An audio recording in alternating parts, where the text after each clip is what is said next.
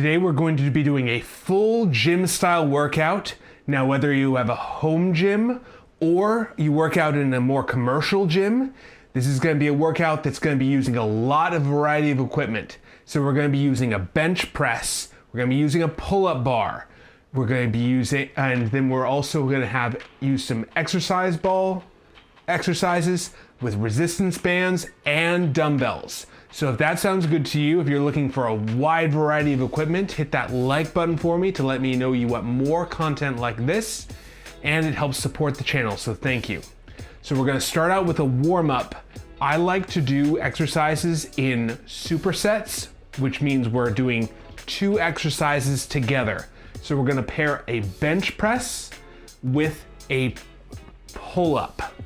So for our warm-up for that though, we're going to start with a lighter dumbbell. So I'd like to grab a 30-pound dumbbell for a warm-up before going heavier to get some blood flow into the muscles in my chest. So the bench press or the dumbbell bench press works that chest muscle and the tricep, a little bit of that anterior deltoid as well in the front here. So we've got the chest press, and then we're going to do an assisted pull-up. Now the pull-up works the complement to that, where we get some of that bicep and all these muscles here in the back. So we'll start out with that bench press, warming up the muscles. So I would grab lighter dumbbells if you have them. A lot of gyms have a whole rack of dumbbells. Just pick one that's about 10 pounds lighter than what you would normally do. Now, if you need to, you can even go 20 pounds lighter just to start out, just a nice warm up for your chest. So I'm starting with my hands right over the top of my shoulders, chest pushed out, and I'm going to bring the dumbbells to the outside of my chest. So just sort of tapping the front of my shoulders. So I'm keeping that nice wide chest through that full range of motion. So that's getting that muscle tensioned all the way through the movement. So I'm pulling that chest wide, so I'm not keeping a short muscle. I'm really letting that muscle lengthened.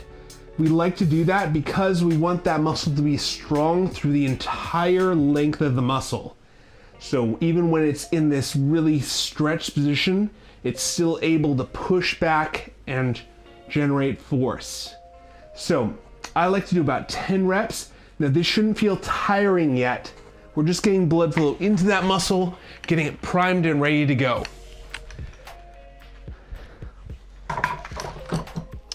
Now the pull-ups are a little bit trickier because warming up a pull-up, even an assisted pull-up, it's hard to moderate that intensity.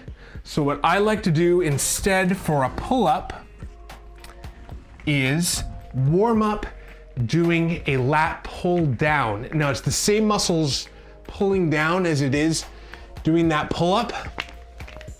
So you could do this with a cable machine and do a more classic lat pull down.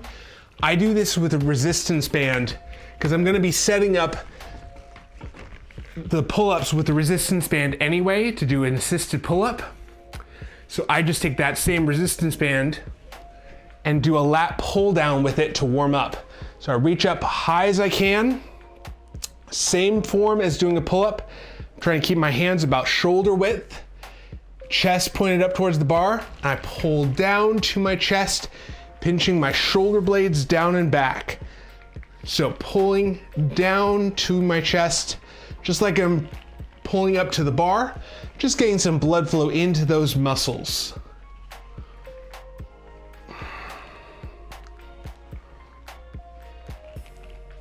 Doing about 10 reps.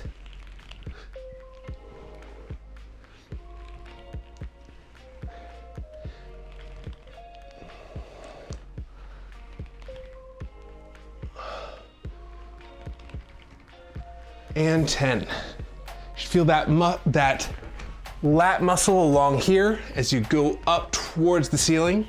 You should feel that warming up, getting that blood flow into that muscle. Now, it's a little bit different on this exercise. Usually, the heavier the band, the easier it is to do the assisted pull-up.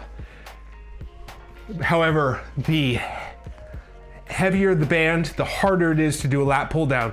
So you might need to find a good balance of, you might need to use a different resistance band for your warm-up than you do for the assisted pull-up, especially the earlier you are in, or the more assistance you need in a pull-up, the weaker that muscle is. Sometimes this can be too intense of a band to do a pull down with for a warm-up. So, feel a little bit more warmed up, a little bit more ready to go. So I'm gonna move to a heavier dumbbell for this, for our first set of bench press, or dumbbell bench press.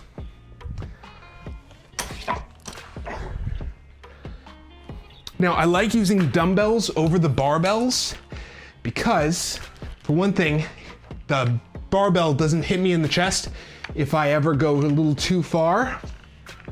I feel that, so I can get my hands all the way down to my chest and a better range of motion with the dumbbells because I don't have that piece of metal between stopping me right here. I can actually go all the way down to my chest level.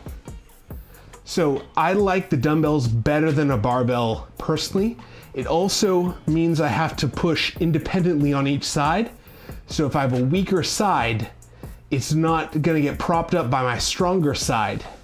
So each arm gets to work unilaterally, or one arm at a time, because each weight is separated.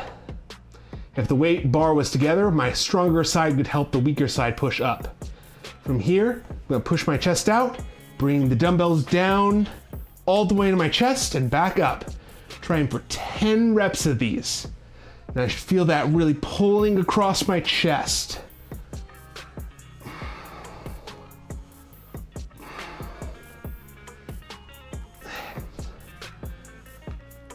Seven, 8,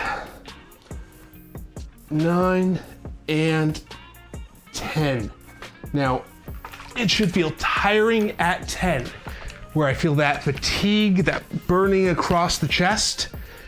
Now, I'm not going until I feel completely exhausted. I'm going to about 90%, 80, 90% of that. So if I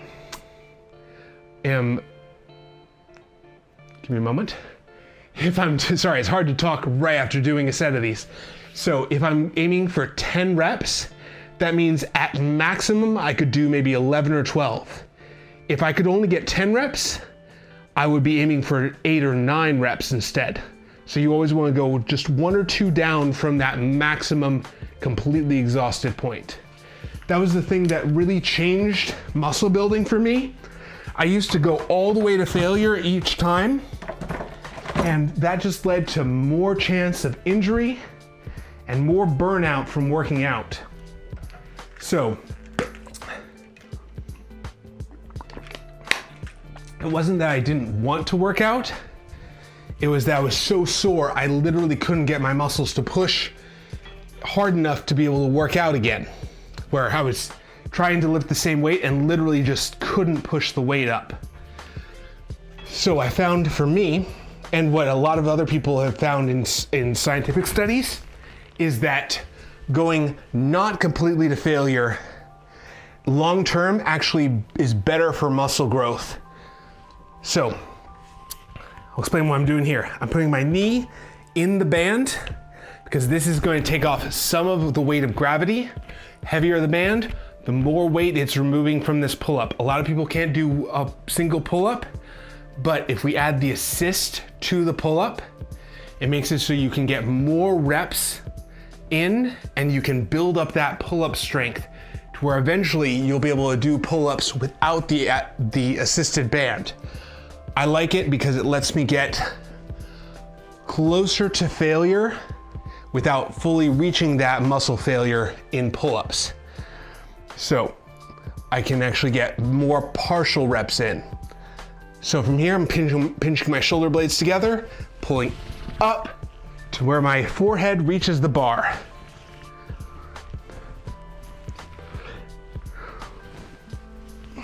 And I'm going all the way back down to where my arms are straight.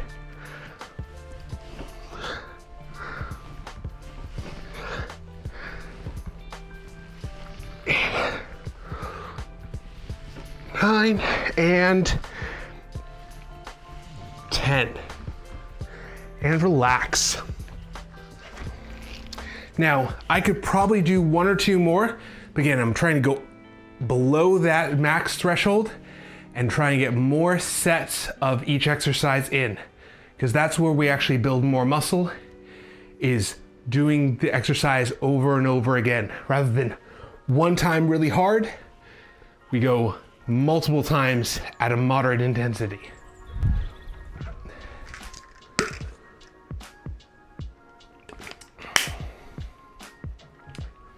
It's actually, so imagine it sort of like you were bringing in a load of groceries. So you could pick 2 bags at a time and make 3 or 4 trips back and forth. Or you could try and grab as many bags as possible and do 1 big trip back. But if you do a ton of bags, let's say you get 3 bags in each hand, so you've gotten 6, and you're completely tired out, you've only gotten 6 bags of groceries in, rather than doing, let's say, 5 trips back and forth of 2 bags at a time where you're just fine. You're not exhausted, not tired out, and you've gotten 10 bags in instead of 6. So it's less work, gets you there. It takes maybe more time doing it, but you're able to get more done overall. Hopefully that metaphor makes sense.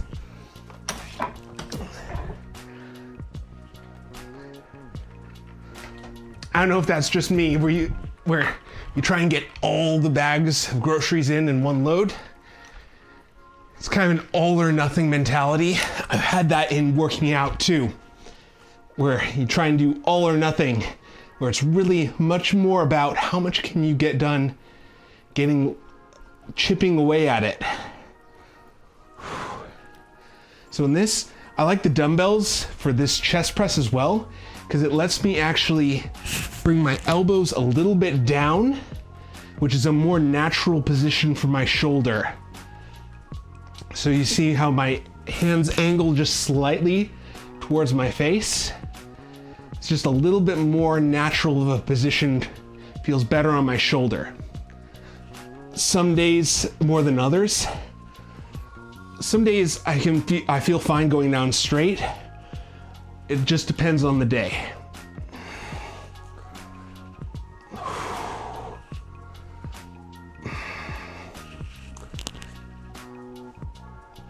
And 10. And that's our second set.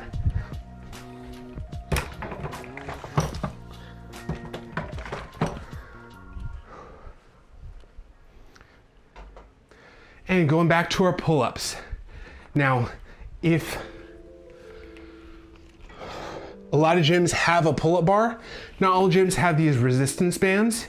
If you don't have a way to do assisted pull-ups, sometimes there's also a machine where it's got a plate you can put your knees on to support.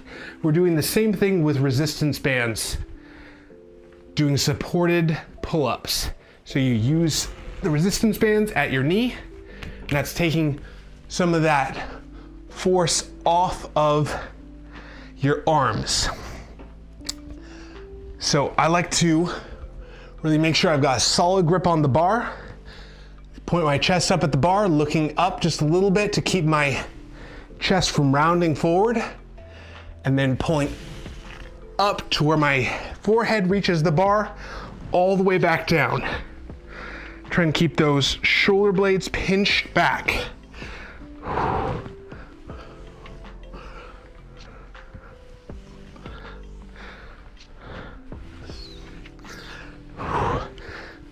Seven, 8, 9, and 10.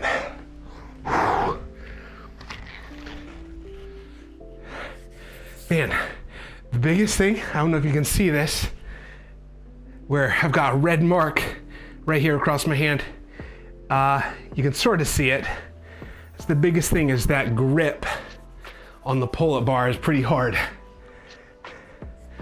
So I find my grip is actually the limiting factor sometimes on pull-ups. I know some people use straps where it sort of wraps over the bar and helps support their grip. I think those are a really good idea. If you have access to them at your gym or if you own some, I think those would be a really good idea for pull-ups, so to make sure your forearms aren't being the limiting factor. Though I will say, if you're doing pull-ups, you can actually build up your forearm strength as well as you're doing pull-ups. So it's not the primary thing that we're doing, but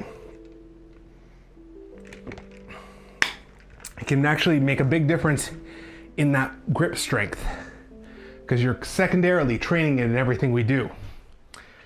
All right, one more set of dumbbell push or dumbbell bench press. If I seem a little bit scattered mentally, it's because I've had a headache, but we're still trying to push as much as we can. Even though I have a headache, I think it's important to keep on going as much as I'm able to, because I don't want to miss out on a workout if I can help it. Because the more times I work out, even if I don't work out as hard because I'm feeling not as good, it's still better to get a workout in and not miss out on that potential. So even if it's a little bit lighter, it's still better to get in and do what you can rather than wait for things to be perfect. Because honestly, things in life just so very rarely are perfect. But the more we work out, the more ability your body has to be resilient against those imperfections. So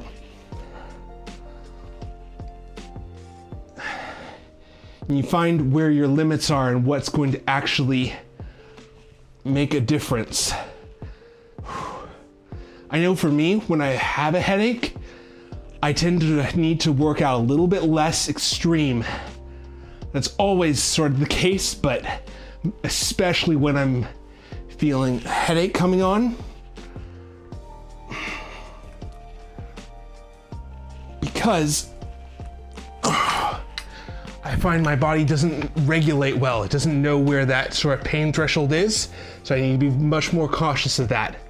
Like I've said, I've been an all or nothing sort of person in working out where I push myself too hard.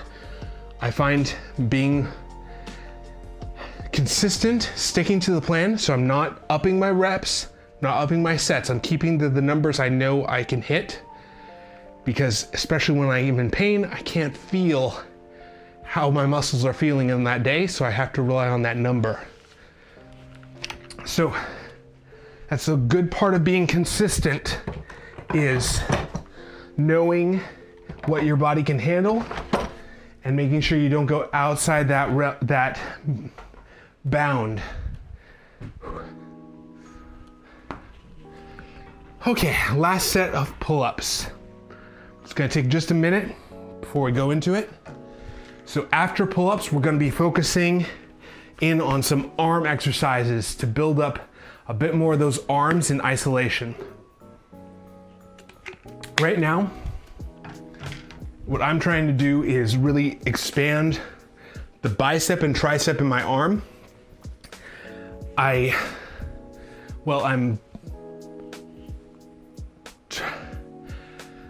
Expand the bicep and tricep in my arm. Sorry, it is hard to talk today because I want proportionally these to be bigger.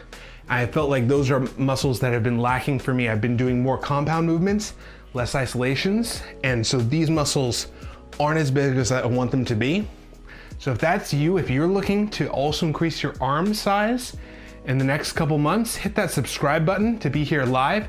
We can talk about it. We can, and I can do what I can to help. And what you see is what you get with this workout.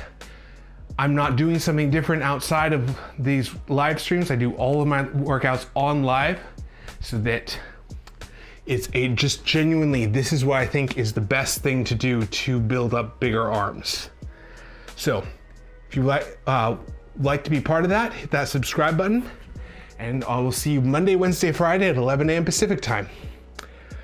All right, I'm going for our last set of pull-ups. Arms about shoulder width apart, fully hanging from the bar, pulling up to where your forehead reaches the bar. Doing 10 reps. I see your message. I'll be right over in a second.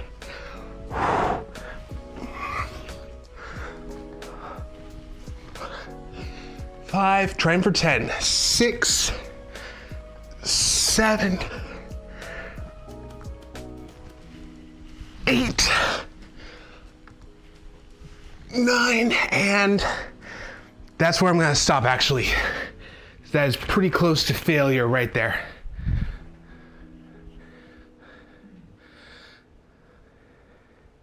So, is your name Danny? It's Danny with 2 A's. So I think it's Danny. Danny, thank you. I'm going to subscribe. Hey, Danny, welcome to the team. Glad you're here.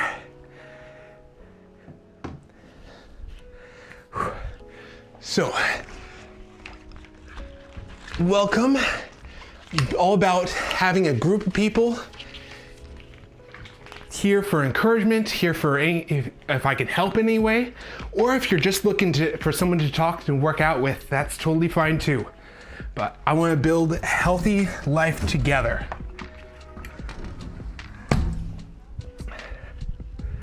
So thank you for subscribing. I'm glad you're here. Whew. So now we're going to do a preacher curl. So I like this because I feel like it really isolates that bicep especially well. So working some of that bicep, but also some of that brachialis muscle that runs underneath that bicep. Sort of pushes up that arm. So for this, I like to use an incline bench. Now, there are dedicated benches for this, where there are preacher curl bench, where it's sort of a pad that goes underneath your elbow. Those work fine too. If you don't have access to those though, incline bench works just as well. What you're gonna do is put your elbow right at the top of the bench, and you want to bring your body right up against that bench so it's not gonna swing or go anywhere. From here, you're gonna go down, tap that bench. I'm trying to almost completely straighten my elbow and then pull back up, because what that's gonna do is fully lengthen that bicep. I want to try and pick a dumbbell that's light enough where I can go through that full range of motion without any discomfort in my tendon. So if it hurts right here, try a little bit lighter dumbbell, and you can build up that tendon strength over time. A lot of people don't realize that their muscle builds and their tendon, their connective tissue builds with it. So part of this is building up all those tissues in your arms.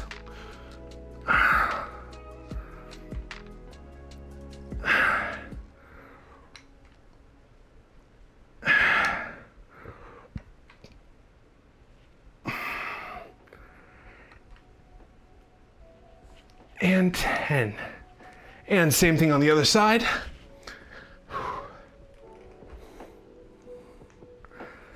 Some people only do half reps on this, where they're just up here like this, and that's not getting you that full length of that bicep. So it grows most under this high tension point. Now, if you have pain in your arm, in that inside that elbow where the tendon is, try a lighter dumbbell. If it keeps on going, you might have something else going on with your tendon. So go get that checked out. But if you have a healthy tendon, try Hang on one sec, I gotta finish this.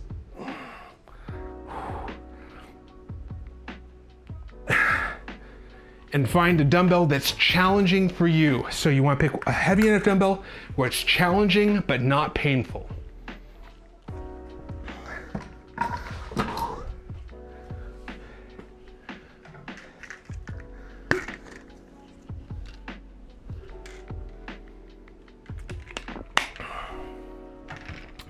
So the other exercise I like to do with the preacher curl, I'm actually gonna set this down one notch. So it's at about a 50-degree angle.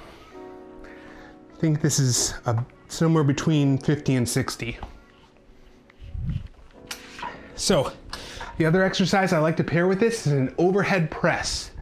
Now, the overhead press starts here where my hands are at shoulder width. I don't want them narrow like this. I want them wide out at my shoulder width. From here, I'm gonna press up towards the ceiling and then back down to that same wide position. Now when I press up, they're not coming together. They're staying over the top of my shoulders and then back down. Now, and that will work not only that tricep muscle back here, but also this deltoid muscle in the top of my shoulder. So if I was to go narrow, I'd get a little bit more emphasis on the tricep, but less on that deltoid, that big shoulder cap. So I'm trying to get everything working together. So that's why I like doing the overhead press with a wide grip. So going here, outside the shoulder, trying for 10 reps up and down. So all the way up, all the way down.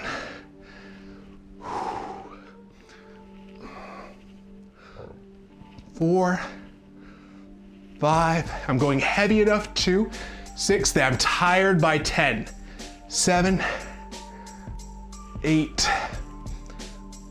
9, excuse me, and 10. So I'm picking a heavy enough dumbbell that 10 is tiring. Now for me, that's about the same number on the bicep curl as it is the overhead press.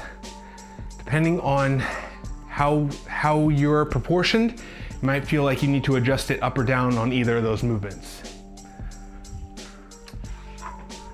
But for me, I've always found that those are about even. Okay, now going for a second set of preacher curls.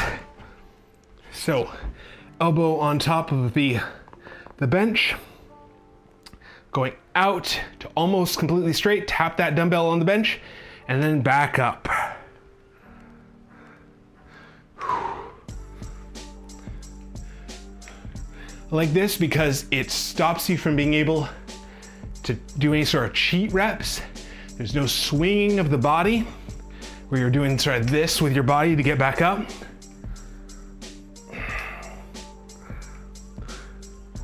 Just straight up and straight down, the bench gives that extra support.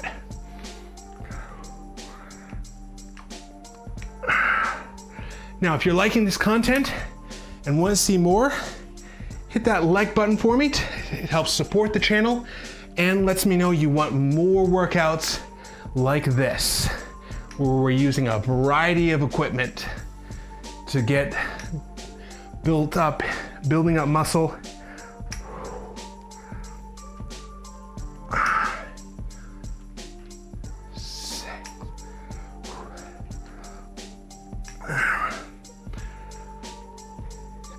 Eight, 9, and 10. I try and do the same number of reps on each side. So I have an even, I'm building up both arms evenly, where I'm not building up one side more than the other. So what I would do is I would start with your weaker side. So if you're right-handed, start with your left side. And that way you can know how many reps you're gonna do on your stronger arm. Now for me, it's about the same on both because I've been doing this a while and I'm relatively ambidextrous where my left side is not that much different from my right side. But For some people, it does make a difference. So, just starting out, I would start with your non-dominant side on single arm exercises. And that's true for legs too. If you're doing like a split squat, which we'll do in just a minute, then start with your non-dominant side.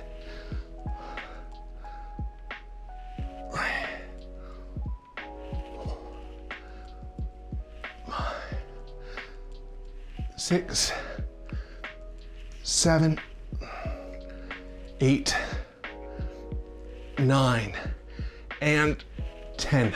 Now I like to shoot for 10 reps because I find it's a good balance of strength and endurance, and it's easier to estimate how close to muscle failure I am.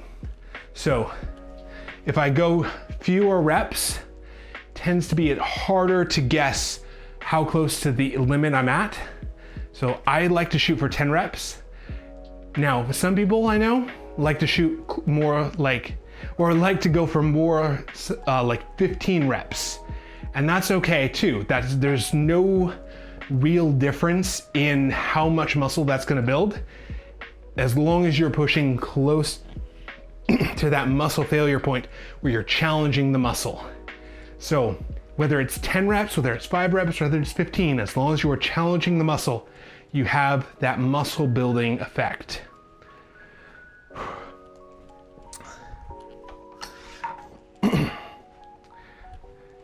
That's one of the reasons I really like hypertrophy training, or muscle size increasing training, is that it's so friendly. And it's really not complicated. A lot of people try and make it really complicated where they're like, oh, you have to do force reps and all these other things. You don't have to do any of that. It's very simple.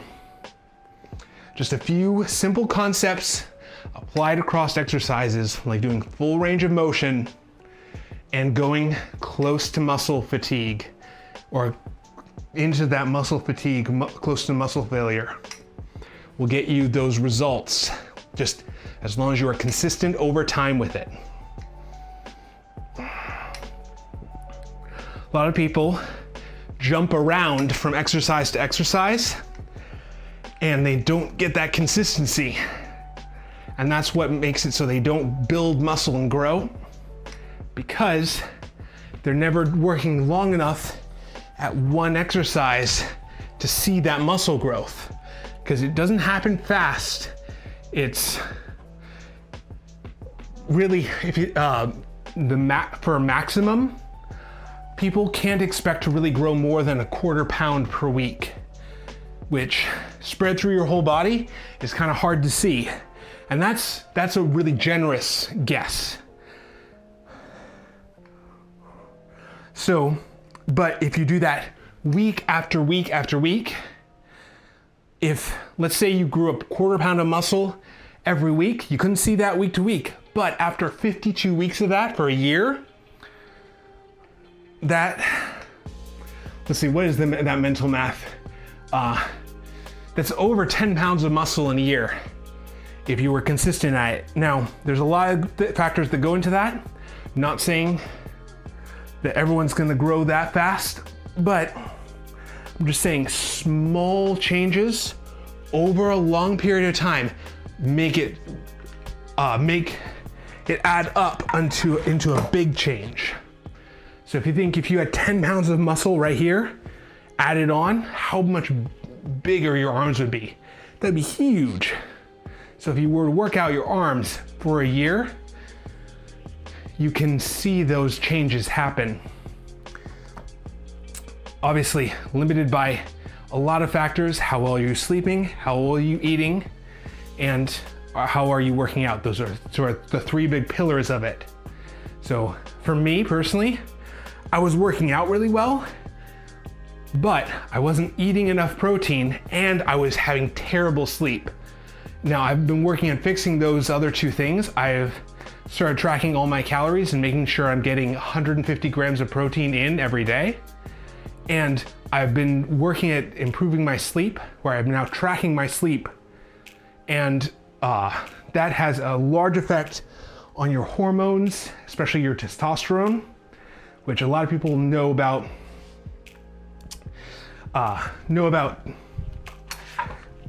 the fact that testosterone helps build muscle. So if you think about it, if your sleep is giving you negative testosterone, turns out that even if you were to take steroids, the negative effect of sleep is way more profound than the positive effect of taking steroids. And there's a lot of side effects with steroids too. I'm not saying you should do that. I would recommend against that. I'm not taking them because of those side effects.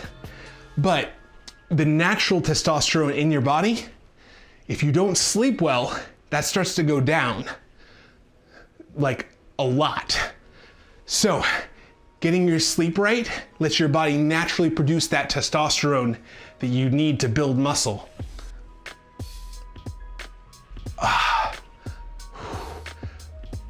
So it decreases your stress, that cortisol hormone that causes stress or is linked to stress, and it increases your testosterone, which helps you build that muscle. So getting your sleep right is one of those, I would say, 3 pillars of having a good physique and being able to actually grow and build muscle. So get that workout part right, the eating, the nutrition, and the sleep. All right, I think we're on set number 3 of this. I like to do more sets of the muscles I'm trying to really emphasize in the workout. So we did 3 bench press with dumbbells and 3 sets of pull-ups. So I'm gonna try for 4 sets of preacher curls and 4 sets of overhead press. Now, if you are just starting out, you could even start with 2 sets of these instead. So limiting everything to 2 sets and seeing how you feel after. Because you can feel really sore after, and I'd rather you start small or start light and then build up over time, where you're able to get more workouts in and get more used to the routine. That would be how I would recommend doing it. A lot of people do start out with jumping right into the deep end, and that increases their risk of getting injured and not being able to complete. So I think it's better to start at a more manageable level and then build up over time. Because a lot of people go to things like burnouts and boot camps, and they come home and they're like, oh wow, that felt awful, I'm never going back. And it's true, it feels awful. So why would you do that to yourself? So it's better to start gradual and build up over time and just take it one step at a time. So you could even start out with a lighter weight or fewer sets. And then as you find what your body can handle, add more over time. It's much more of a marathon than a sprint.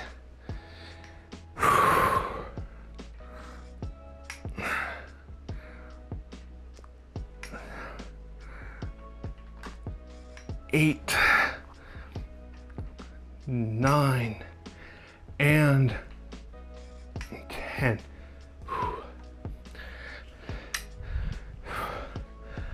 A lot of people don't realize that, I think. I know I didn't for a long time. There was a period of time where I was trying to lose weight so fast. I was only eating, it was somewhere around 1,500 calories, which any of you who know anything about calories know that is not much food at all. So, and for me, I'm a 6'1" person, and that is grossly under the number of calories I need to eat, where I lost over 5 pounds in a week. And that is so much weight loss. It's too fast. It's not healthy actually. So I was trying to do it as a sprint, trying to lose all that weight really quickly, and it actually backfired where I actually ended up gaining more weight after it, and all that weight was in my fat rather than in my muscle. So I lost muscle and fat and only gained back fat because I did it in trying to go the fast route. Now what I do is I'm focusing on only about a pound of weight loss per week instead of 5 pounds, where I'm losing just fat and not losing as much muscle. I'm keeping that muscle mass. So I don't know if that helps or if anyone needed to hear that, but if that's you, I'd encourage you, take it slow and you'll actually thank yourself in the long run for it. I hope that people learn from my mistake and don't try and just lose a ton of weight quickly or gain a ton of muscle quickly, because that has side effects and ends up costing you in the long run. Usually when people say they're trying to gain muscle quickly, that's they're using some sort of compound, and those all come with side effects. All right, I think I was on set 3 for overhead press. So hands shoulder width. If you're liking this workout and want to see more, I host these live streams on Monday, Wednesday, and Friday at 11 a.m. Pacific time. So if you want to be here live, hit that subscribe button and the bell icon to be here to talk with us live, or talk with me live. Building a community of people working out, trying to live healthier together.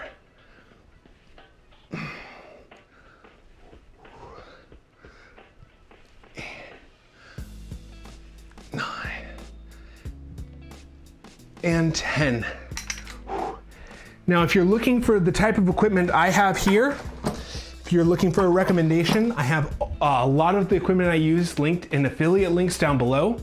They're Amazon links that don't cost you anymore, but help support the channel. So if you're interested in the equipment I have, then feel free to click those links. It helps support me.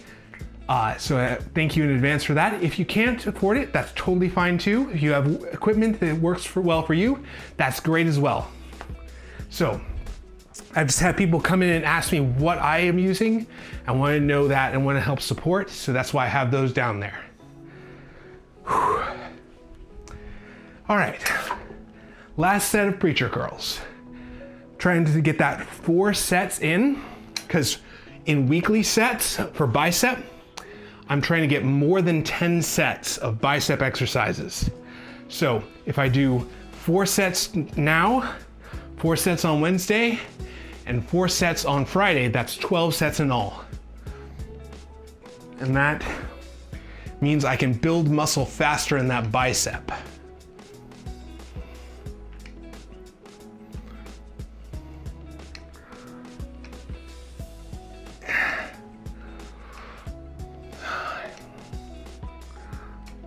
And 10. Now, if you ever have questions about how to use a different piece of equipment or do this exercise with another piece of equipment, I always love to try and figure out an option for you. I've had people come in asking about how to work out without a gym.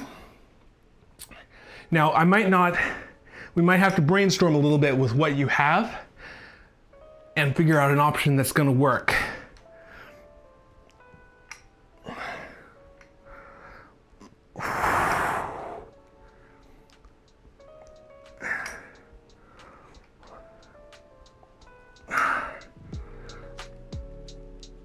And 10. It's a good thing that was the last set. I can definitely feel that in my bicep muscle. So if you feel that burning in the muscle at the end of the workout, that's actually a good thing. That means you've really challenged that muscle.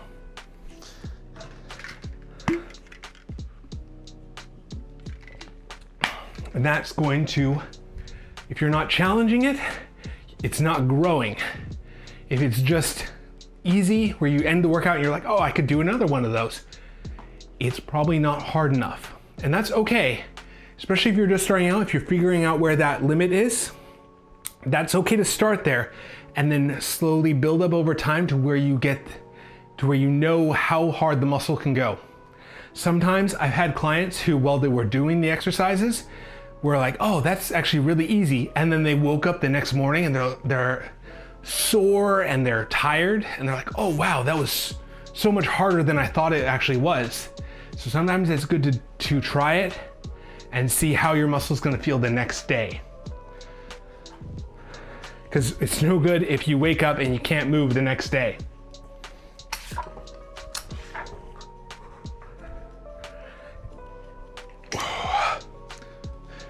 So going overhead press, I'm going nice and wide with those dumbbells. It's not gonna be narrow right here. I'm gonna bring it out to the outside of my shoulder, pushing up towards the ceiling, working that tricep and deltoid muscle. So that deltoid is that cap over the top of your shoulder, and the tricep is in the back of the arm.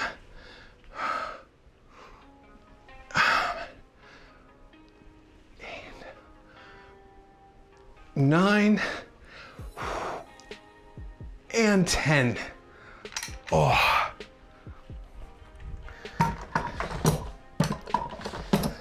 Oh, man. All right, so that's all of our upper body exercises. Now we're gonna go to some lower body exercises. Well, we gotta keep moving. I'm trying to keep this to under an hour for our full workout, but we might go just a little bit over today.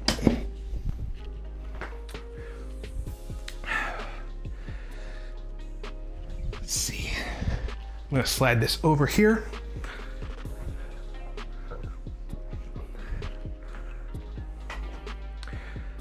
I was gonna do split squat. I think for today we're gonna do, instead of a split squat, a dumbbell squat.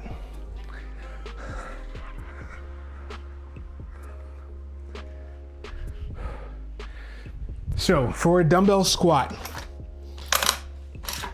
what I like to do is high reps, because I find it's easier on my lower back to do high rep squats rather than trying to go really heavy. So for a dumbbell squat, you're going to bring the dumbbells right to your sides. You can hold them up like this in the front. That's totally fine too. I find it's more comfortable to have them right here by my sides. And your feet are about shoulder width apart. I'm gonna bend my knees, keeping my chest pointed up towards the front. So I'm not rounding forward like this. I'm keeping my chest up as I go down. And that's going to really emphasize those quad muscles in the front of your thigh. So bending my knees, coming back up. Going as low as I can, almost touching the ground with the dumbbells.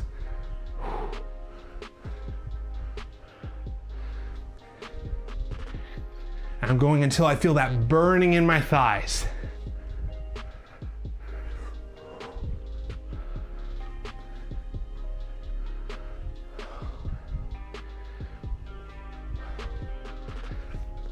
"13, 14, and 15. And setting the dumbbells down to the sides. And going, next exercise is gonna be for those glute muscles, that butt muscle. A lot of people want bigger glutes or stronger glutes. I found for me, I don't have very good glute genetics, but I found this is the one exercise that really hits that glute more effectively. So I'll show you two ways to do this. One's a little easier, one's a little harder. So the hip bridge is works those glutes. Your feet are gonna be shoulder width apart. Pushing down through your heels, you're gonna bridge your hips up towards the front. Now this stretches across the front and tenses up in the back. So it's doing sort of two things. If you have tight hips, it'll stretch out those muscles as we're working the glutes. So if this is too easy for you though, what you can do is lift one leg up and do a single leg bridge. And that's what I'm gonna be doing here. So it's working one side at a time, but doubling the amount of pressure you need to push your hips up.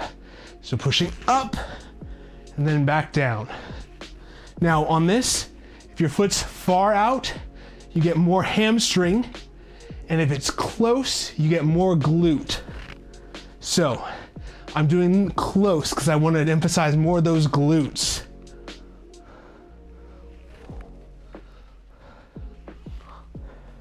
I'm doing 10 each side.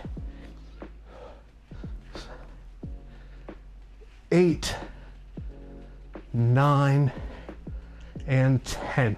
Now you will work some of the hamstring and some of the glutes in both, but it's just which muscle is having to work harder. So same thing on the other side. This knee's up, out of your way, pushing up towards the front, tensing up those glutes. You should feel that tense up in the back of your hip. 5, 6, 7, 8, 9, and 10. And relax.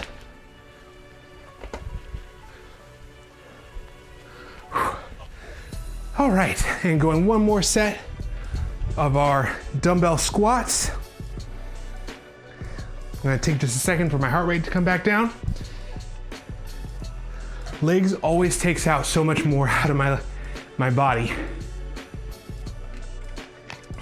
But I think legs are so important. It's the foundation for your entire body is your legs. So you don't want to have weak legs. You wouldn't want to be huge up here and then tiny little pencil legs or tip over. So we want to make sure we're proportionally strong. So we work the legs too. I personally do Monday and Friday, I do legs because I find I need the rest time. I can't do legs 3 times a week. It's just too much. Now I know some people do legs more often. If that works for you, that's great. But I know for me, I need more rest time doing my legs. So staying straight and tall, bending the knees, sitting down, or like you're sitting down on a low stool, and then back up.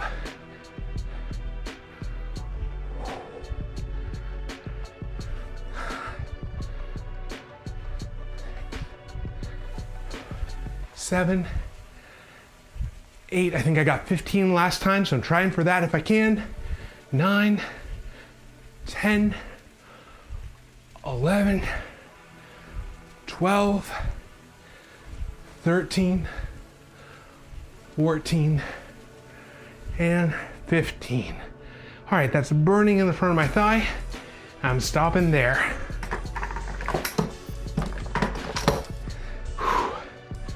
So, if you're liking this content and want to see more, hit that like button for me to let me know you don't want more of this type of workout. And if you have any questions or comments, let me know in the chat or in the comments if you're coming in after it's been live. So, go into our glute bridge, laying on your back, feet shoulder width apart, one leg up. I like to start with my left leg down and my right leg up because I'm more right-handed. So that way I'm starting with my non-dominant side. So pushing down through my heel, bridging my hips up. 2, 3, 4, 5, 6, 7, 8, 9, and 10. And that way, if I start on my left side and can't quite get to 10, I have a number I can match on my right. So if I was only to do 8 on my left, I'd do 8 on my right as well. Because my right can be my stronger side. 3, 4, 5, 6, 7, 8, 9, and 10. All right. All right, so we're gonna finish up with some ab exercises. So, I found that using an exercise ball is a much more effective way of me getting abs, doing an ab workout, rather than something like sit-ups or crunches. And I'll show you why. So for an exercise ball, it allows me to actually fully lengthen that muscle. So normally, if I was on the ground, I stop right here where my back is flat. With an exercise ball though,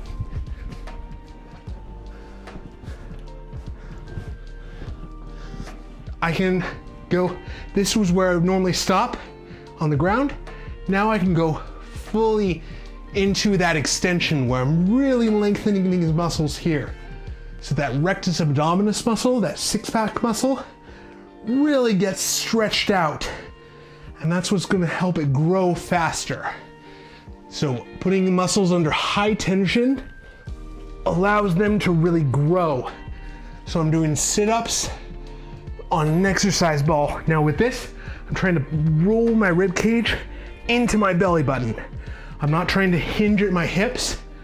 I'm trying to hinge along the spine right here. So imagine you're trying to bring your chest into that belly button.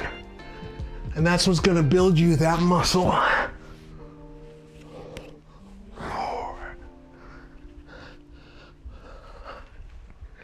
The ball also helps support my lower back.